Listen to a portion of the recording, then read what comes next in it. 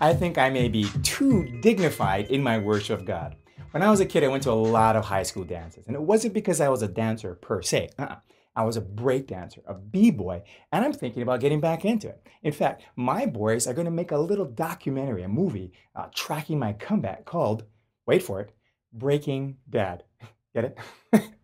Anyway, all this to say that if I'm faced with certain conditions, I will automatically start breakdancing. After the hours and hours and hours of practicing moves and routines, there are certain things that force me to move like a Pavlovian dog when he hears a bell ring.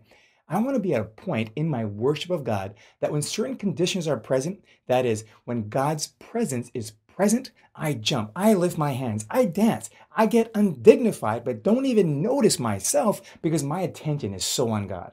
Think about when this normally happens outside of worship. Maybe Super Bowl Sunday. Did anyone jump up and down when their favorite team scored a touchdown? Anyone raise their hands in victory? Obviously, I'm speaking to you, Seattle fans out there, because there weren't many opportunities for Denver. Too soon? Sorry. But you get what I mean, right? Now, dancing for some Christians is not something anyone should do, and this video message will probably get stopped right now.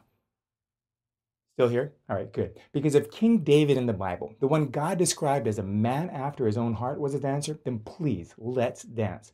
Now, it's not about if you have any dancing skills, like you have to be good enough for the show so you think you can dance, or you have to be Alan Lau, my dancing friend, or anything like that. No, it's not about the dancing moves. It's about the worshiping heart. David danced in worship with all his might, while he and the entire house of Israel brought up the ark of the Lord with shouts and the sounds of trumpets. That's what it says in Samuel.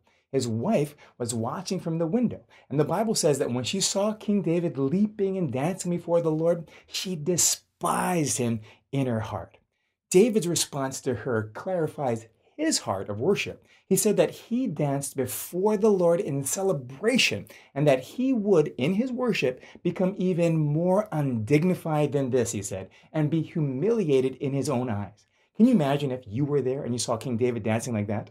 Can you imagine if David came to your church and started doing that? Or how about maybe imagine if your pastor or your minister started dancing around like that? Huh? Crazy. Hey, we should all be so filled with awe, excitement, and enthusiasm that we forget our own selves and worship God's almighty self without reservation, without thought of self-protection or preservation.